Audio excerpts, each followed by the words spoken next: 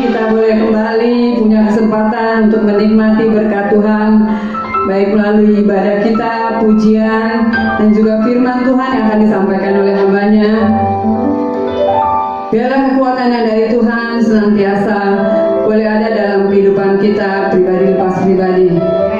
Puji Tuhan, mari kita mau siapkan hati kita, dan apapun yang kita boleh alami saat ini, biar kekuatan yang dari Tuhan yang boleh menguatkan kehidupan kita. Terima kasih Tuhan, terima kasih Yesus. Mari kita menaikkan pujian kita, kekuatan di hidupku.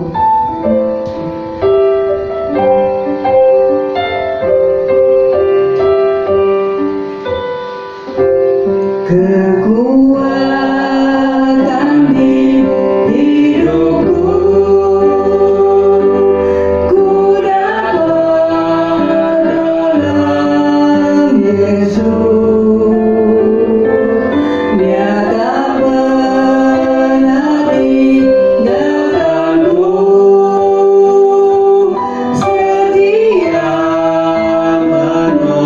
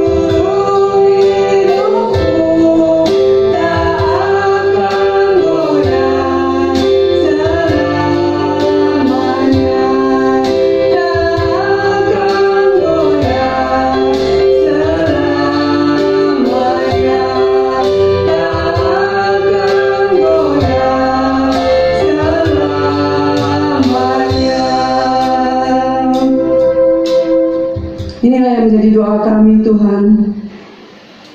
Biarlah seluruh kehidupan kami ada di dalam tangan-Mu, dan kami senantiasa boleh merasakan kekuatan dari Engkau Tuhan, dan kasih setia-Mu Tuhan selalu menopang kehidupan kami.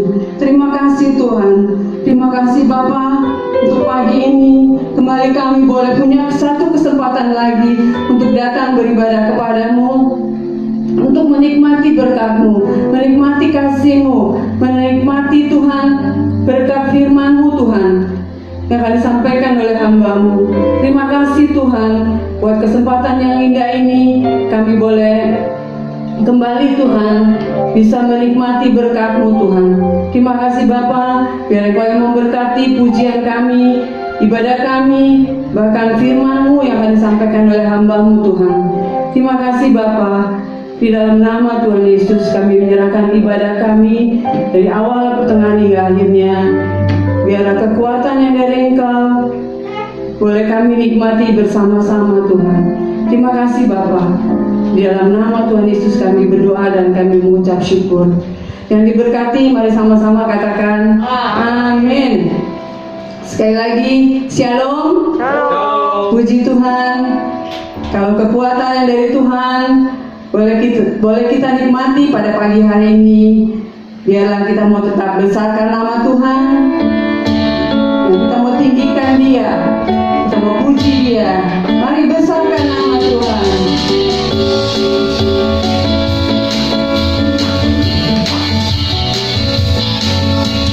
Besarkan nama Tuhan, pujilah Dia.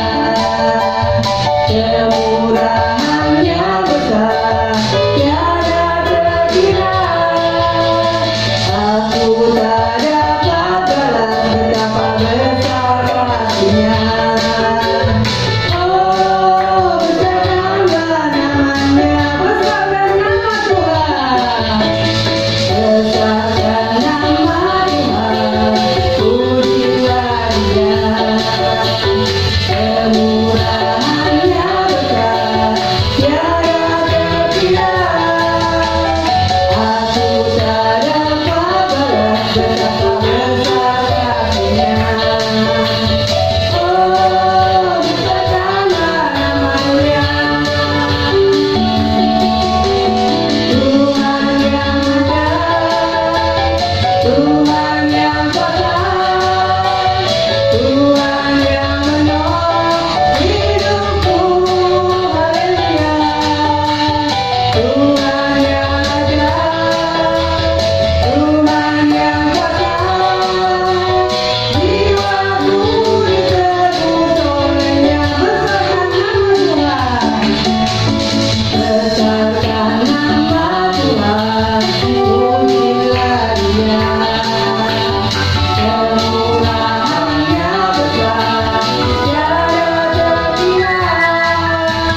Aku tak dapat balas betapa besar kasih-Nya.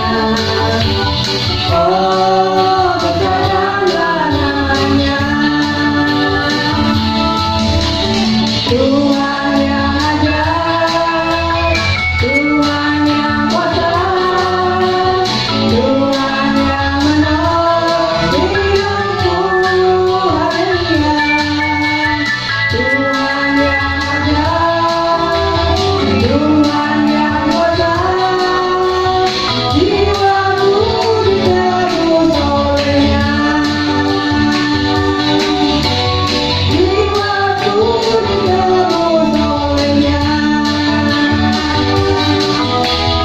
Jiwaku ditebus oleh-Nya.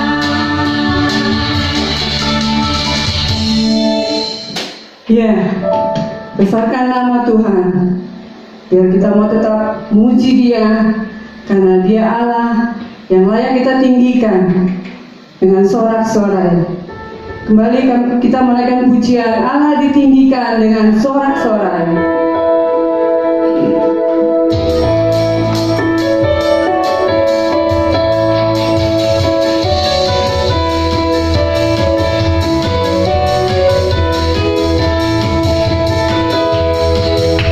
Allah ditinggikan dengan sorak-sorai, Allah ditinggikan dengan sangkakala, Allah ditinggikan dengan sorak-sorai.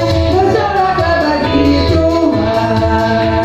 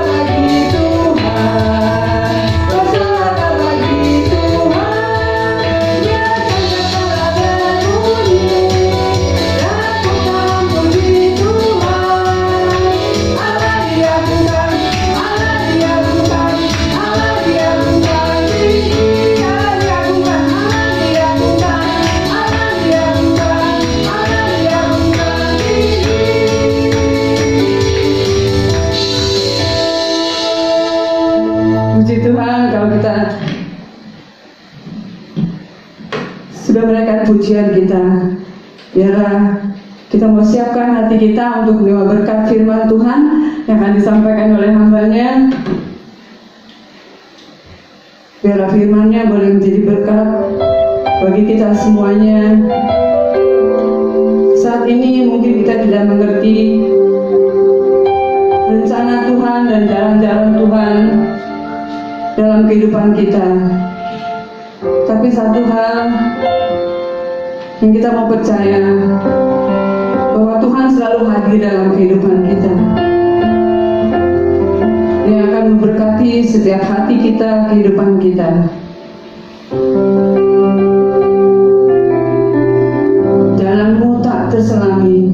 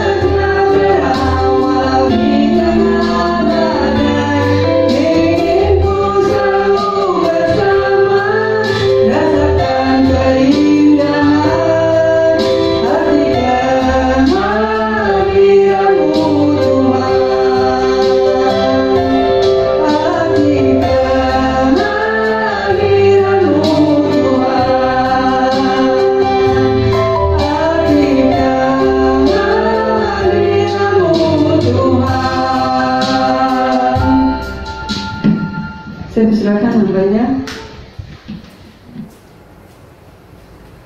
Mari kita sama-sama berdoa. Bapa di dalam surga, terima kasih untuk waktu kami bisa duduk diam mendengarkan sebagian kecil dari firman-Mu yang luas itu.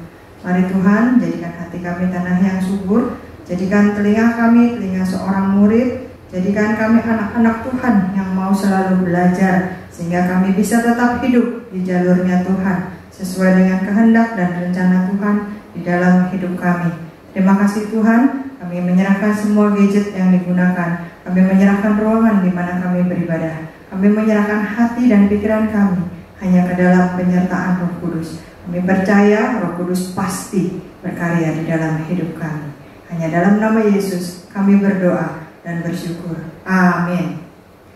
Shalom Bapak Ibu Saudara, saya percaya kita semua tetap sehat-sehat dalam penyertaan Tuhan. Bapak Ibu, hari ini saya ingin mengajak kita untuk belajar tentang antara harta dan hikmat. Nah, sebenarnya apa sih yang membedakan antara harta dan hikmat? Ini pertanyaan yang mungkin gampang-gampang susah untuk dijawab. Karena secara manusia, dua-duanya adalah hal yang penting di dalam hidup kita. Siapa yang berani mengatakan bahwa harta itu nggak penting? Jelas harta itu penting. Pernah saya contohkan bahwa kemanapun kita pergi, kita membutuhkan harta. Atau gampangnya saja, Bapak Ibu mau parkir perlu bayar pakai uang, membeli makanan bayar pakai uang, bahkan kita pergi ke WC umum perlu bayar pakai uang. Dan seringkali juga kita berhitung-hitung dalam mengembalikan kepada Tuhan, begitu ya. Nah, karena kita merasa harta kita itu penting, begitu. Nah, saya yakin kita juga memakai hikmat yang Tuhan berikan untuk menghitung harta yang kita persembahkan. Tapi kalau kita pakai hikmat itu untuk hitung-hitungan kepada Tuhan, jelas itu adalah penyalahgunaan hikmat dari Tuhan. Keliru kalau kita hitung-hitungan sama Tuhan, Bapak Ibu Saudara. Nah, saya ingin kita mencoba membedakan hikmat dan harta secara praktis. Harta dapat dicari asalkan kita rajin, bekerja, dan berusaha. Harta bisa dicuri oleh orang lain atau bisa hilang ketika kita taruh sembarangan. Harta bisa dibeli atau dijual lagi. Harta bisa lenyap begitu saja, misalnya karena kebakaran, bencana alam, dan sebagainya. Tetapi hikmat tidak bisa dibeli, tidak bisa dicuri, dan tidak bisa lenyap. Makanya Salomo di dalam Amsal 8 ayat yang ke-11, yuk kita lihat. Salomo dalam Amsal 8 ayat yang ke-11. Amsal 8 ayat yang ke-11. Karena hikmat lebih berharga daripada permata. Apapun yang diinginkan orang tidak dapat menyamainya. Nah, saya tidak mengatakan bahwa permata, perak, emas, duit, deposito, tabungan tidaklah penting. Tentu semua itu penting karena itu langka dan berharga. Bahkan untuk mendapatkannya kita perlu banting-banting tulang, pers-pers keringat, akrobat, kepala jadi kaki, kaki jadi kepala, mengeluarkan banyak tenaga, pikiran, air mata, dan segala macam. Nah, bila harta dibandingkan dengan hikmat, kita cenderung untuk lebih mengutamakan harta dibanding dengan hikmat. Karena kita pikir mendapatkan harta jauh lebih susah. Sesungguhnya apa sih yang dimaksud dengan hikmat itu? Di dalam konteks Ibrani digunakan kata kokhma atau pengertian. Artinya kebijakan yang selalu berhubungan dengan hal-hal praktis, bukan dengan teori. Nah, pada dasarnya hikmat itu bisa didefinisikan secara singkat sebagai kepintaran untuk mencapai hasil, menyusun rencana yang benar untuk memperoleh hasil yang dikehendaki. Nah, hikmat berada di dalam hati kita, pusat dari keputusan moral dan intelektual kita.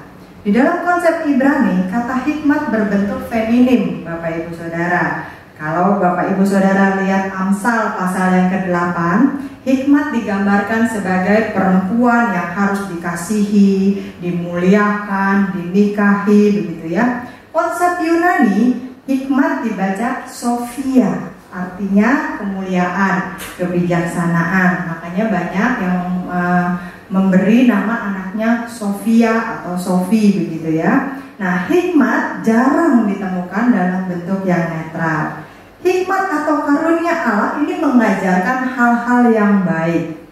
Kalau mengajarkan hal-hal yang jahat, berarti itu bukan hikmat. Ingat ya, hikmat itu adalah karunia Allah untuk mengajarkan hal-hal yang baik. Allah selalu memberikan yang baik, gitu ya. Amsal massa menyebutnya pelacur atau wanita bodoh atau licik. Kalau hal-hal itu mengajarkan hal yang jahat, bukan hikmat.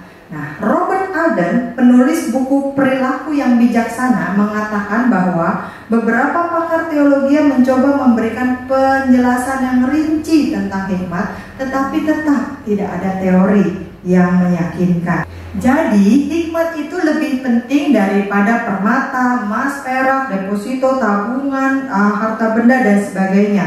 Bahkan Pengkhotbah 9 ayat yang ke-16, yuk kita lihat. Pengkhotbah 9 ayat yang ke-16, hikmat lebih baik daripada keperkasaan, tetapi hikmat orang miskin dihina dan perkataannya tidak didengar orang. Nah, itulah sebabnya hari ini kita akan membahas tentang hikmat ketimbang harta benda yang sudah kita miliki sebagai anugerah Tuhan di dalam hidup kita.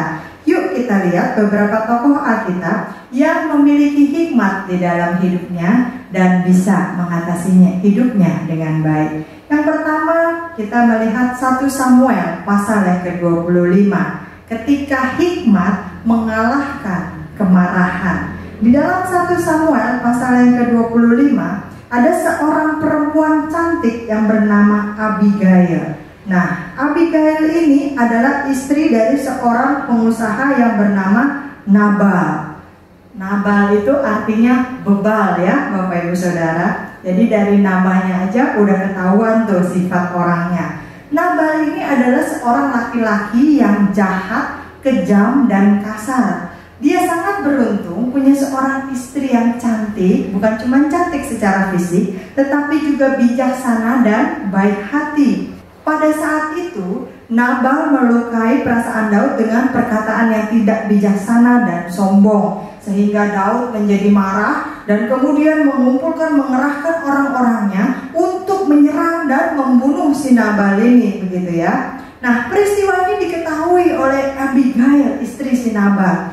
Diam-diam dengan kerendahan hati, dengan niat baik, dia menjumpai Daud tanpa sepengetahuan suaminya. Apa yang dilakukan oleh Abigail ini meluluhkan kemarahan Daud, sehingga penyerangan dan pembunuhan yang direncanakan oleh Daud terhadap Nabal bisa tidak terjadi dan terelakkan. Nah, ayat yang ke-33 kita lihat. 1 Samuel 25 ayat yang ke-33 mencatat bagaimana Daud memuji kebijaksanaan Abigail. Terpujilah kebijakanmu dan terpujilah engkau sendiri bahwa engkau pada hari ini menahan aku daripada melakukan hutang darah dan daripada bertindak sendiri dalam mencari keadilan. Dia memuji kebijaksanaan Abigail. Nah, Bapak Ibu Saudara, orang yang bijaksana ternyata dapat mengubah kemarahan menjadi perdamaian, seperti yang dilakukan oleh Abigail tersebut. Tetapi lain halnya dengan Nabal, namanya juga bebal begitu ya. Dia banyak hartanya. Di dalam ayat yang ke-1 dan yang kedua kita bisa melihat hartanya itu ada banyak.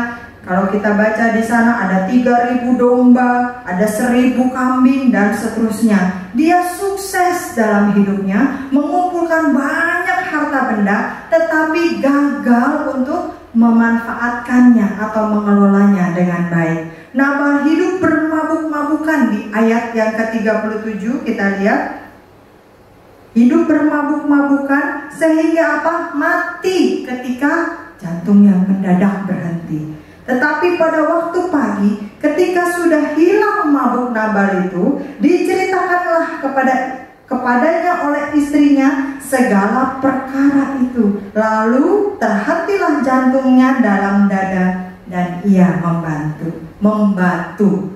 Nah, Bapak Ibu Saudara, coba mari kita renungkan yuk. Apakah selama ini kita sudah menggunakan harta dengan penuh kebijaksanaan? Jangan-jangan karena harta kita jadi nggak bijaksana dalam menjalani hidup ini. Mari kita periksa hati dan diri kita masing-masing. Yang kedua, dalam Kejadian 39, ketika hikmat mengalahkan hawa nafsu. Nah, dalam kisahnya ini adalah seorang pemuda tampan bernama Yusuf. Yusuf ini dijual ke Mesir dan menjadi budak dari seorang tuan kaya raya yang bernama Potifar. Yusuf ini kerjanya rajin, bertanggung jawab, sehingga dipercaya untuk mengelola seluruh kebutuhan rumah tangga Potifar. Nah, tapi Nyonya Potifar yang kesepian itu tertarik dan mulai melirik-lirik Yusuf. Dan kemudian dia jatuh hati kepada Yusuf di ayat yang ke-7. Sehingga ia mengajak Yusuf untuk tidur bersamanya. Dalam Kejadian 39 ayat yang ke-10 kita lihat, walaupun dari hari ke hari perempuan itu membujuk Yusuf, Yusuf tidak mendengarkan bujukannya itu untuk tidur di sisinya dan bersetubuh dengan dia. Nah, mengapa Yusuf sanggup? Bukankah orang tua, keluarga, dan orang-orang yang dia kenal semuanya berada jauh di Israel? Toh nggak ada orang yang lihat. Bukankah ini kesempatan yang baik? Udah disayang sama tuannya, dipercaya sama tuannya. Ini sekarang Nyonya juga sayang, jadi kiri kanan bisa sayang. Wah, statusnya dari budak kesayangan tuan sekarang bisa jadi budak kesayangan Nyonya. Bukankah suatu kesempatan yang baik begitu? Tetapi Yusuf tidak melakukannya karena Yusuf takut akan Tuhan. Ini yang dinamakan dengan hikmat. Amsal 1 ayat yang ke-7 berkata, takut akan Tuhan adalah permulaan pengetahuan, tetapi orang bodoh menghina hikmat dan didikan. Apa yang akan kita lakukan ketika ada godaan datang bertubi-tubi?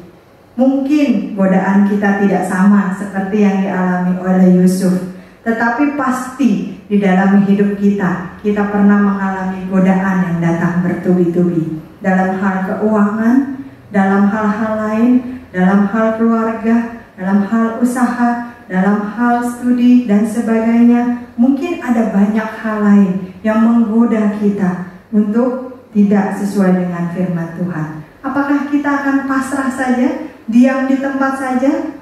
Yusuf adalah seorang manusia biasa, tetapi dia sanggup memenangkan peperangan rohani ini. Saya yakin bersama Yesus kita juga pasti sanggup. Itulah sebabnya kita perlu kebijaksanaan dari Tuhan. Kita perlu sangat takut akan Tuhan. Bapak ibu saudara, seringkali saya katakan takut akan Tuhan bukan seperti pencuri takut lihat polisi, atau ketika saudara membawa kendaraan dan lupa membawa SIM dan STNK, ada patroli saudara takut dan kemudian ngumpet, atau saudara naik motor tanpa pakai helm, saudara putar balik karena takut melihat polisi. Bukan seperti itu. Tetapi yang dikatakan Amsal takut akan Tuhan adalah kita hormat kepada Tuhan, kita segan kepada Tuhan, kita menghormati Tuhan. Dengan kata lain, kita mengakui segala kedaulatan Allah dalam semua bidang kehidupan kita. Seringkali ada orang berkata, iya gue percaya sama Tuhan, nanti kalau udah Sabtu Minggu waktunya ibadah dan pelayanan ke gereja, setelah itu hidup mah urusan gue, Tuhan mah nanti aja di gereja. Enggak Bapak Ibu Saudara. Tetapi Tuhan harus kita akui berkuasa dalam semua bidang kehidupan kita, di mana saja, kapan saja, dan apapun yang kita lakukan. Dan Tuhan itu yang akan mengarahkan kita menjadi orang-orang yang berhasil. Yang kedua, hikmat bisa mengalahkan hawa nafsu. Mari kita lihat yang ketiga, 2 Samuel 11 ayat 2 Samuel pasal yang ke-11 dan 12. 2 Samuel pasal yang ke-11 dan 12. Ini sebuah kejadian ketika hikmat bisa mengalahkan dosa. Nah, kali ini kita berbicara tentang seorang nabi yang berani untuk membayar harga demi menyampaikan pesan Tuhan. Namanya Nabi Nathan. Waktu itu pergantian tahun. Biasanya raja-raja maju berperang, jadi musim berperang begitu ya. Tetapi saat itu Daud tidak ikut maju berperang. Daud tidak ikut memimpin pasukannya ke medan perang. Dia hanya berdiam sendirian, bersantai-santai di istananya di Yerusalem. Waktu lagi santai-santai, dia naik ke sotoh istananya dan dia lihat perempuan cantik lagi mandi di sana. Lalu kemudian namanya juga lihat perempuan cantik begitu ya, sehingga hatinya tertarik dan dia suruh orang untuk cari informasi siapa itu perempuan cantik begitu kan. Nah, ternyata itu adalah istri Uria, anak buahnya, salah satu prajurit yang setia kepadanya. Tapi toh Daud tidak peduli. Daud tetap selingkuh. Daud tetap meniduri Batsyeba istri Uria. Waktu akhirnya hamil, Daud menjadi bingung dan kemudian dia bikin strategi. Oke, strategi, kita panggil Uria pulang, kita suruh dia istirahat di rumahnya, kita kasih dia mabok-mabokan. Jadi kalau nanti istrinya hamilnya makin besar, toh orang akan berkata, oh iya kemarin kan suaminya pulang dari medan perang. Tapi ternyata itu pun gagal, karena ternyata Uria adalah seorang prajurit yang berintegritas. Dia tidak mau pulang ke rumahnya beristirahat dengan istrinya ketika teman-teman dan pasukannya sedang berjuang di medan perang. Sehingga setelah dijamu oleh raja, Uria akhirnya tertidur di pintu istana, tidak pulang ke rumahnya. Gagal total rencana Daud. Kemudian sekali lagi Daud kirimkan surat kepada komandan untuk menaruh Uria di pasukan paling depan sehingga mati terbunuh, dan rencana jahat ini berhasil. Tapi ingat ya Bapak Ibu Saudara, Tuhan tidak pernah tinggal diam ketika anak-anaknya berbuat dosa. Allah mengutus Nabi Nathan menegur dan menasehati Daud. Nah, ini yang perlu kita perhatikan. Cara Nathan menegur Daud, inilah yang penuh hikmat. Jika Nathan membabi buta masuk ke istana lalu menuding-nuding Daud dan kemudian langsung mengomel-ngomel dengan segala macam, mungkin bisa saja Daud langsung marah ketika dosanya dibongkar dan panggil pengawal suruh bunuh si Nabi Nathan tersebut atau penjara si Nabi Nathan tersebut. Tetapi hikmat Allah memenuhi Nathan sehingga Nathan berbicara kepada Daud melalui perumpamaan. Kita lihat 2 Samuel pasal yang ke-12 ayat yang ke-1 sampai 4. 2 Samuel 12 ayat 1 sampai 4. Tuhan mengutus Nathan kepada Daud. Ia datang kepada Daud dan berkata kepadanya, ada 2 orang dalam satu kota, yang seorang kaya, yang lain miskin. Si kaya mempunyai sangat banyak kambing domba dan lembu sapi. Si miskin tidak mempunyai apa-apa selain dari seekor anak domba betina yang kecil yang dibeli dan dipeliharanya. Anak domba itu menjadi besar padanya bersama-sama dengan anak-anaknya, makan dari suapnya dan minum dari pialanya dan tidur di pangkuannya seperti seorang anak perempuan baginya. Pada suatu waktu orang kaya itu mendapat tamu dan ia merasa sayang untuk mengambil seekor dari kambing dombanya atau lembunya untuk memasaknya bagi pengembara yang datang kepadanya itu. Jadi ia mengambil anak domba betina kepunyaan si miskin itu dan memasaknya bagi orang yang datang kepadanya itu. Daud mendengar perumpamaan itu dan kemudian di ayat yang ke-5 dia sangat bereaksi secara emosional. Lalu Daud menjadi sangat marah karena orang itu dan ia berkata kepada Nathan, demi Tuhan yang hidup, orang yang melakukan itu harus dihukum mati. Dan anak domba betina itu harus dibayar gantinya 4 kali lipat karena ia telah melakukan hal itu dan oleh karena ia tidak kenal belas kasihan. Ayat yang ke-7. Kemudian berkatalah Nathan kepada Daud, engkaulah orang itu. Beginilah firman Tuhan Allah Israel.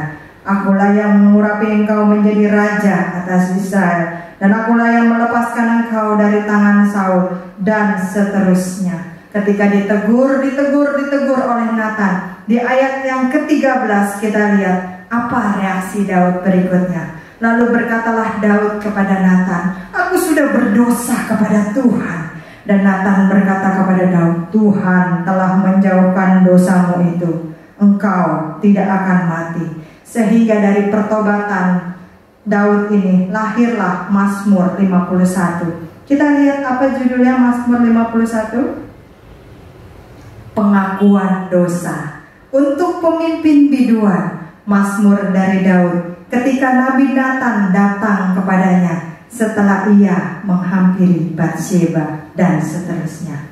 Nah, Bapak Ibu Saudara, hikmat Nabi Nathan inilah yang telah mengalahkan dosa dari Daud. Bagaimana kalau hikmat ini diabaikan? Nah, 1 Raja-Raja pasal yang ke-12 ini adalah sebuah kisah yang sangat tragis terjadi di dalam lingkungan istana juga. Rehabeam yang mengalaminya pada waktu itu. Rehabeam yang menjadi raja Israel pada waktu itu. Rehabeam mendengarkan nasihat yang salah, pendapat yang salah, saran yang salah dari orang-orang yang sebayanya dia. Seharusnya dia mendengarkan dari para tua-tua, para penasehat yang sudah mendampingi Salomo ayahnya. Padahal saat itu Salomo adalah orang yang paling berhikmat. Sebelum dan sesudah Salomo hidup, tidak pernah lagi ada orang yang hikmatnya seperti Salomo. Tetapi toh Salomo tetap punya penasehat, tetap punya pendamping, tetap punya orang-orang yang berpengalaman memberikan saran dan masukan kepadanya, dan dia dengarkan. Rehabeam yang masih muda ini salah mengambil keputusan karena nasihat yang salah. Ketika orang-orang sebayanya, teman-teman sepermainannya, teman-teman sepergaulannya menganjurkan naikkan pajak, tekan tindas rakyat, kamu yang jadi raja.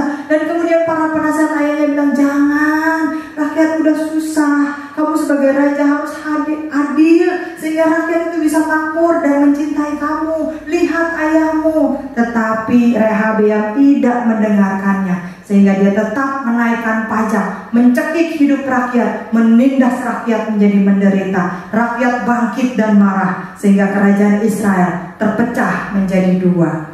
Rehabeam telah mengabaikan hikmat yang telah dipraktekkan oleh ayahnya Salomo. Kita lihat Amsal 9 ayat yang ke-9. Amsal 9 ayat yang ke-9. Berilah orang bijak nasihat, maka ia akan menjadi lebih bijak. Ajarilah orang benar, maka pengetahuannya akan bertambah. Nah, Bapak Ibu Saudara, orang bijaksana dapat membedakan mana nasihat yang berkualitas baik, mana nasihat yang akan mendatangkan kecelakaan. Mari kita menjadi orang yang bijaksana, Bapak Ibu Saudara. Nah, sebagai penutup, bagaimana dengan hidup kita, orang-orang percaya? Di dalam Matius 10 ayat yang ke-16, Matius 10 ayat yang ke-16, lihat, aku mengutus kamu seperti domba ke tengah-tengah serigala. Sebab itulah, hendaklah kamu cerdik seperti ular dan tulus seperti merpati. Nah, bayangkan kalau orang Kristen cuma cerdik seperti ular, maka akan jadi penipu yang lihai, penipu yang ulung. Mungkin marganya jadi tipsani, tipu sana sini, begitu ya. Atau kalau kita cuma tulus seperti merpati, maka kita akan terus dikerjain orang, kita akan terus dibohongin orang, kita akan terus ditipu orang. Nah, Bapak Ibu Saudara, nasihat yang Yesus berikan dalam Matius 10 ayat 16 ini sungguh luar biasa. Inilah hikmat yang diajarkan Yesus bagi kita, para pengikutnya. Mari kita semua hidup penuh dengan hikmat, karena hikmat lebih berharga dari semua harta materi apapun yang kita miliki. Berlakulah bijaksana dalam menjalani hidup kita, dalam mencari pekerjaan, dalam memilih pasangan hidup, dalam mendidik anak-anak yang Tuhan percayakan dalam keluarga kita, dalam memilih sekolah dan pendidikan untuk anak-anak kita, dalam kita membelanjakan berkat Tuhan, membeli ini itu, harus bijaksana. Terutama dalam kita berbicara dan bersikap, dalam hal kita melayani, dalam hal kita mengabarkan Injil, dalam hal kita mengambil keputusan-keputusan, kita harus berlaku bijaksana. Mari kita jalani hidup ini dengan penuh hikmat. Jawab dan tanamkan dalam hati kita masing-masing. Kalau kita masih kekurangan hikmat, Yakobus bilang apa? Minta kepada Tuhan, sang sumber hikmat itu. Dia akan memberikannya kepada kita.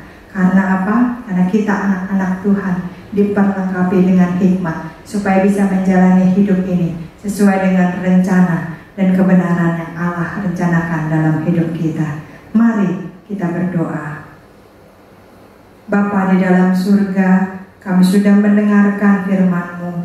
Kami tahu Tuhan, mungkin kami melakukan banyak kesalahan di dalam hidup kami. karena kami merasa tidak perlu Tuhan. Kami merasa kami cerdik sendiri. Mungkin juga Tuhan kami sudah menipu orang lain, membohongi orang lain dengan kecerdikan yang kami punya. Ampunilah kami Tuhan. Mulai sekarang kami mau hidup dengan hikmat Tuhan, supaya kami bisa lepas dari dosa kami, supaya kami bisa mengalahkan kemarahan-kemarahan, kami bisa mengalahkan segala hawa nafsu, kami bisa mengalahkan dosa yang ada di dalam hidup kami. Bapa di dalam surga, kami tahu melakukan seorang diri kami pasti gagal, tetapi bersama Yesus kami pasti bisa. Kami kecil Tuhan, kami tidak berdaya, tapi kami punya Tuhan yang luar biasa. Kami lemah Tuhan, kami tidak punya kekuatan, tapi kami punya Tuhan Yesus, sumber dari segala kekuatan kami. Kami orang yang gagal Tuhan, dan seringkali mudah menyerah, tetapi kami punya Tuhan Yesus yang selalu mendampingi dan mendukung hidup kami. Terima kasih Tuhan, kami percaya Roh Kudus yang tinggal di dalam hati kami akan terus mengajar kami, supaya kami mampu melakukan firman Tuhan dan bukan hanya sekedar mendengarkannya saja. Di dalam nama Yesus kami berdoa dan meminta hikmat daripada-Mu. Yang percaya bersama kita katakan amin. Saya kembalikan. Puji Tuhan, kalau kita sudah diberkati oleh kebenaran firman Tuhan yang disampaikan oleh hambanya, kami atas nama Ibu Gembala dan seluruh jemaat Alberta mengucapkan terima kasih untuk pelayanan hambanya. Tuhan Yesus memberkati. Bagi Bapak Ibu Saudara yang memberikan persembahan, bisa memberikannya melalui nomor rekening yang ada di tertera sebelah kiri saya. Biarlah persembahan Bapak Ibu Saudara boleh menjadi berkat, dan Tuhan Yesus yang memberkati. Amin. Tiba saatnya kita akan mendengarkan doa syafaat yang akan disampaikan oleh Diaken Livi. Mari sebelumnya kita mau kembali naikkan pujian. Hidup ini adalah kesempatan. Biar selama kita masih bisa melayani, biar kita mau melayani, biar hidup kita boleh menjadi berkat.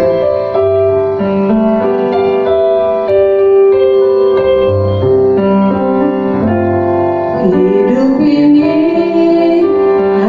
adalah kesempatan.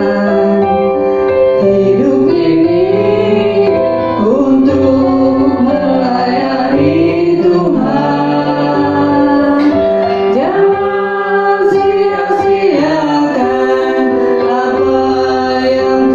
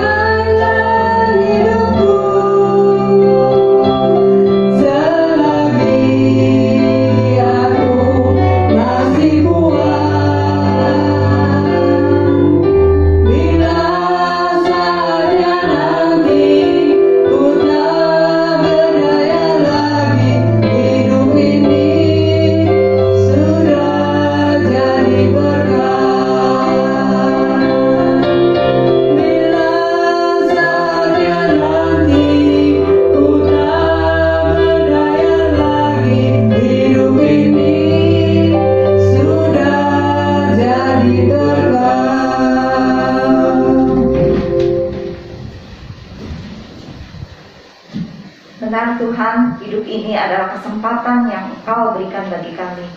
Oleh karena itu, sebagai ungkapan rasa syukur kami, biarlah Engkau ajar kami untuk hidup boleh sesuai dengan kehendak Engkau. Bahkan Engkau boleh pakai hidup kami untuk melayani orang lain, sehingga kami boleh menjadi berkat bagi orang-orang di sekitar kami, yang pada akhirnya melalui keteladanan hidup kami boleh memancarkan kemuliaan nama-Mu. Terima kasih Tuhan untuk kebaikan-Mu, untuk segala sesuatu yang sudah Engkau kerjakan dalam hidup kami. Engkau Allah yang begitu luar biasa. Terima kasih Tuhan, dan kami juga bersyukur untuk saat ini kami boleh memuji menyembah-Mu, bahkan juga mendengarkan firman-Mu.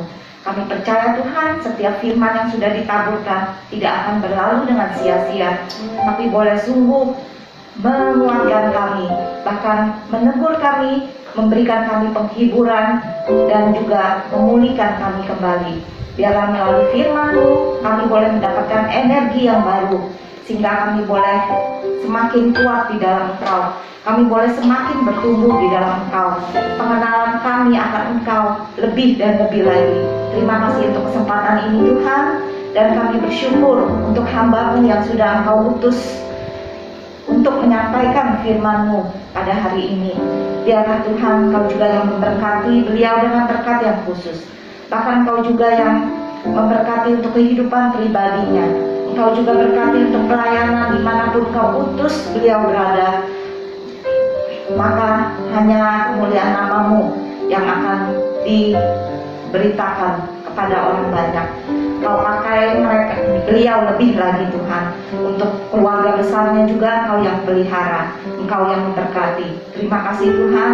Kami juga berdoa bagi saudara-saudari kami, setiap jemaat GBI Alberta khususnya Tuhan, dimanapun mereka berada. Dengan segala keberadaan mereka saat ini, Engkau yang tahu Tuhan. Biarlah Engkau juga yang memberkati mereka satu persatu. Tidak ada yang terlewatkan. Bagi mereka yang sedang sakit, Engkau juga yang pulihkan, berikan kesembuhan Tuhan. Dan bagi mereka juga yang berbeban berat, mungkin ada dalam masalah kesulitan ekonomi atau apapun Tuhan, kami percaya Engkau yang akan mencukupi setiap kebutuhan anak-anak-Mu yang berharap hanya kepada Engkau. Terima kasih Tuhan. Kami juga berdoa untuk saudara-saudari kami yang berulang tahun sepanjang minggu ini.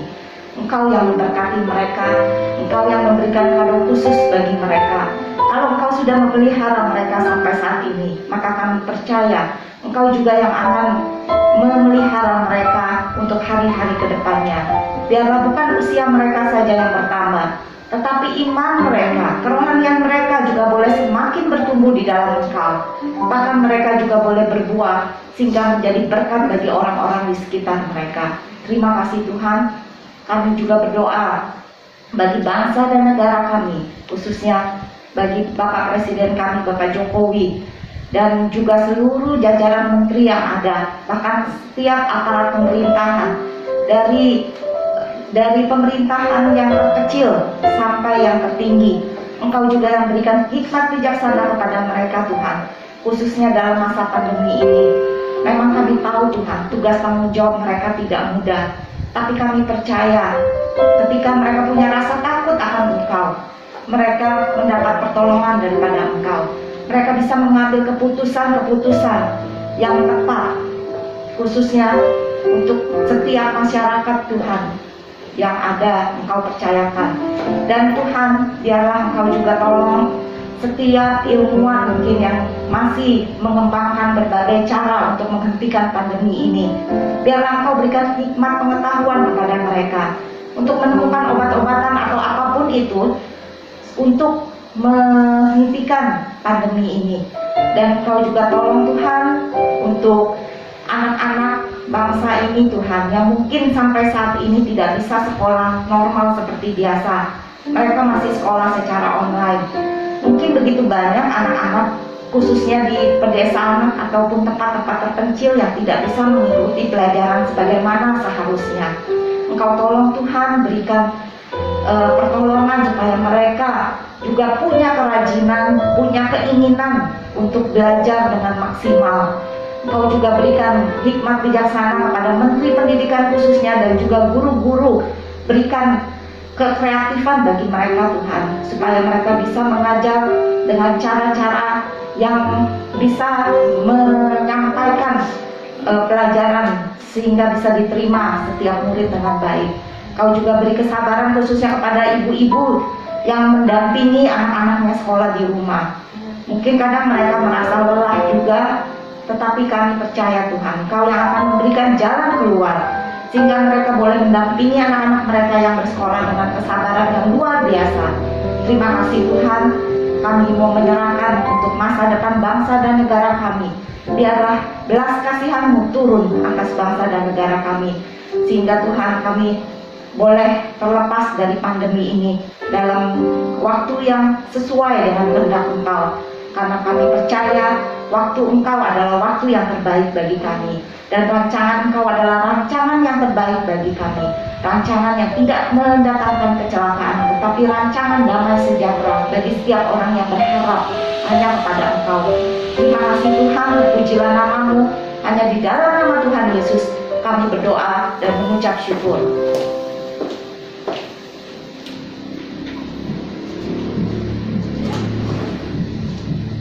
Kekasih-kekasih Kristus yang diberkati Tuhan, pulanglah dan terimalah berkat Tuhan.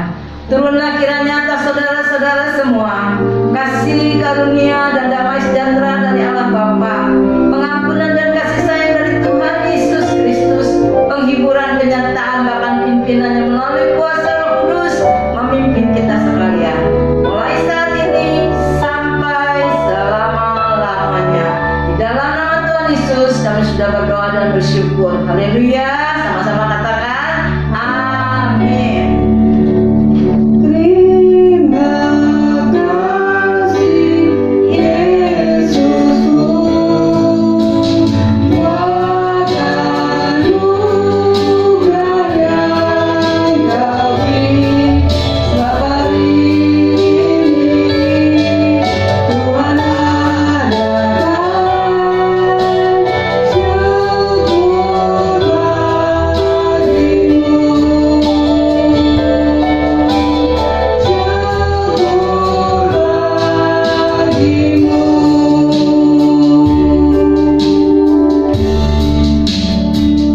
Ibadah selesai, selamat siang, Tuhan Yesus memberkati.